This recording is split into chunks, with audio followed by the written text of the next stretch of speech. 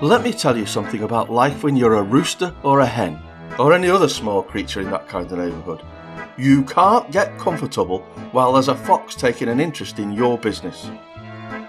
You'll know well enough that the last place you want a fox when you're a hen is in the house. The fox in the neighbourhood of Chanticleer and Partlet was Mr. Korbes, and his presence was a constant nuisance to such folks as they who wanted merely to go about their daily mischief in peace. Chanticleer and Partlet wished to ride out together to pay Mr. Korbes a visit and see if this difficult situation couldn't be resolved.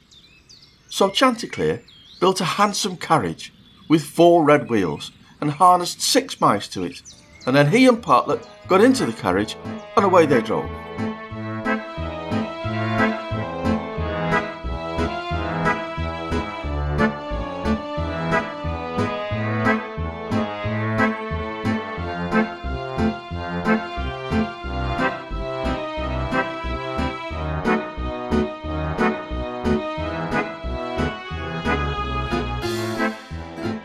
Soon afterwards, a cat met them and said, "Where you going, my mates?" And Chanticleer replied, "We're on our way, a visit to pay to Mr. Korbes the fox today." Then the cat said, "Take me with you, I've business with that chap myself." And Chanticleer said, "Glad of the company, get up behind and hold on tight, we don't want you falling off. Take care of this handsome coach of mine, don't dirty the pretty red wheels so fine. Now mice be ready and wheels run steady, for we are going a visit to pay to Mr. Korbes the fox today."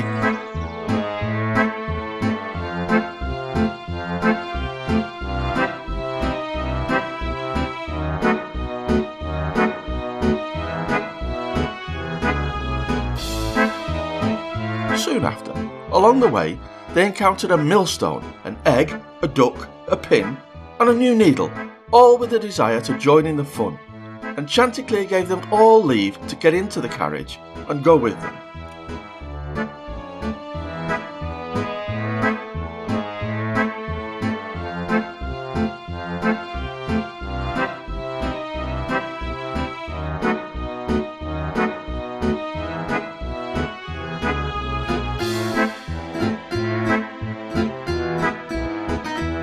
When they arrived at Mr. Korbes' house, he wasn't home, so the mice drew the carriage into the barn. Chanticleer and Partlet flew up onto a beam, the cat sat down in the fireplace, the duck got into the washing basin, the needle stuck itself in a chair cushion, the pin stuck himself into the bed pillow, the egg rolled himself up in the towel, and the millstone rolled himself slowly over the door of the house. When Mr. Korbes came home, he went to the fireplace to make a fire, but the cat, disturbed from his snooze, threw all the ashes in his eyes. So he ran to the kitchen to wash himself, but there the duck, alerted by the commotion, splashed all the water in his face, and when he picked up the towel and tried to wipe himself, the egg rolled down and broke into pieces all over his face and eyes, so that his eyes were glued shut.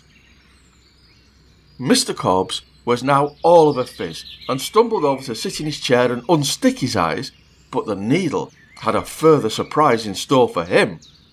He lowered the piece of himself that sits under his tail onto the cushion, but was soon back on his feet. This time his eyes were wide open. Mr. Korbes decided enough was enough for one day, and went, without his supper, to bed.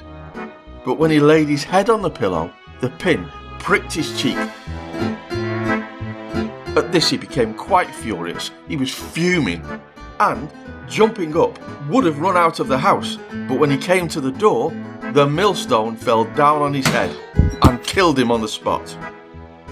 And that was the end of Mr. Korbes, and the start of an easier life for Chanticleer and Partlet.